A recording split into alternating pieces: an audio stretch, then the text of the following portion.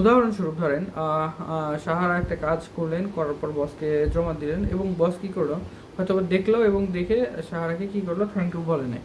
এখন এই বিষয়টা নিয়ে সাহারা এত বেশি ভাববে যে ফলে তার ঘুমের সমস্যা হবে, উদ্বেগ বাড়বে, কাজের পারফরমেন্স কমে যাবে, সম্পর্কে সমস্যা হবে, তাই না?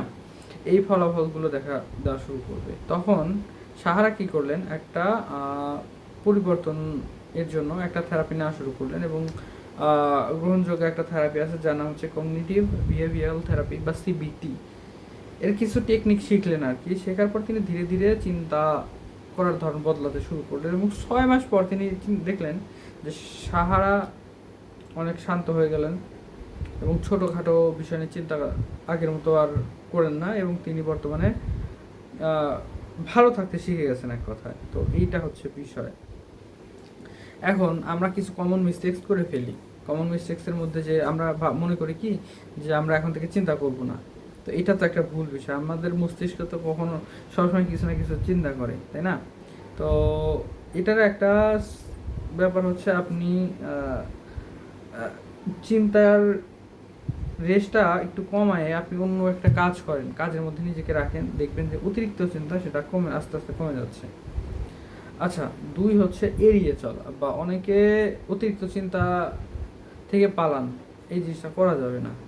আপনাকে যেটা করতে হবে সেটা হচ্ছে, পালালে আরও উদ্বেগ কিন্তু বাড়ায়। এই জন্য আপনি পালাবেন না, কিন্তু আপনি ফেস করার ট্রাই করেন প্র্যাকটিক্যালি সলিউশন করার মাধ্যমে। অতিরিক্ত বিশ্লেষণ একটা ব্যাপার থাকে। আপনি কখনোই ট্রাই করবেন না যে চিন্তা ভাবনা দিয়ে ওইটাকে অতিরিক্ত বিশ্লেষণ করার। আপনি এটা করলে অতিরিক্ত একটা লুপহোলের মধ্যে আটকে যাবে, এবং কখনোই নিজেকে দোষ দিবেন না। এটা হচ্ছে 4 নম্বর ব্যাপার, যে নিজেকে দোষ দিবেন না। কেন? কারণ হচ্ছে আমি যদি এটা না করতাম, আপনি যদি ওইটা না করতাম, এটা যা হওয়ার তো হয়ে গেছে, তাই না? নিজেকে তো দোষ দিয়ে লাভ নেই। তো সলিউশন আসলে বৈজ্ঞানিকভাবে কিছু সলিউশন আছে। সেটা হচ্ছে বলা হয় যে 1 নাম্বার হচ্ছে থটস। আপনার যদি 1 নাম্বার সলিউশন হিসেবে আমি কথা বলি, সেটা হচ্ছে থট স্টপিং টেকনিক। এটা কি সিবিটি এর একটি টেকনিক। আমরা সিবিটি এর সম্পর্কে আগে আলোচনা করছি। যেটা হচ্ছে কখনো নেগেটিভ যদি চিন্তা আসে, মনে মনে বলবেন স্টপ, স্টপ।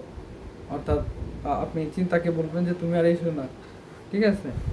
দেন হচ্ছে আরেকটা বিষয় আছে 2 নাম্বার, যে আপনি উল্টো গানা শুরু করুন, বা যেটাকে হচ্ছে বলা হয় গ্রাউন্ডিং টেকনিক। অর্থাৎ মাইন্ডফুলনেস থাকার যে ব্যাপারটা, যেমন হচ্ছে আপনি করলেন যে হচ্ছে কাউন্ট করা শুরু করলেন, উল্টা কাউন্ট 5 4 3 2 1, এভাবে নিজেকে শান্ত করার ট্রাই করবেন। নিজেকে শান্ত। যখন অতিরিক্ত চিন্তা হয়, আপনার চারপাশে 5টি জিনিস লক্ষ্য করুন যে কী আছে আশেপাশে, যা দেখতে পাচ্ছেন। 4টি জিনিসের স্পর্শ করুন, 2টি জিনিসের গন্ধ শুকুন, এবং একটা জিনিসের স্বাদ নিন, যা আপনি স্বাদ নিতে পারছেন। অর্থাৎ আপনি 5 থেকে 4 পর্যন্ত উল্টা গুণে আপনি কী করলেন, অর্থাৎ 5টা এই 5টা জিনিস মানে কাজ করবেন। 5 নাম্বারে যেটা বললাম, চারপাশের জিনিস দেখুন। 4 নাম্বারে যেটা বললাম, 4টি জিনিস স্পর্শ করুন। 3 নাম্বারে হচ্ছে শব্দ শুনুন, 3টা জিনিসের 2টা জিনিসের গন্ধ নিন, একটা জিনিসের হচ্ছে টেস্ট নিন। যেগুলো বললাম আর কি, এগুলোই 5 থেকে 1 পর্যন্ত ট্রাই করুন। এই তো এই সবই থাকে। আর তবে আরেকটা লাস্ট যে বিষয়টা, সেটা হচ্ছে জার্নালিং। আপনি লিখতে পারেন, আপনি লেখা শুরু করেন, আপনার মাথায় যা আছে আপনি লিখেন। প্রতিদিন 10 মিনিট লিখেন, যা মনে আসে তাই লিখেন। হ্যাঁ, সেন্সরশিপ নেই, কোনো জাজমেন্ট নেই, আপনি লিখতে থাকেন। আর আরেকটা সলিউশন, সেটা হচ্ছে ওয়ারি টাইম।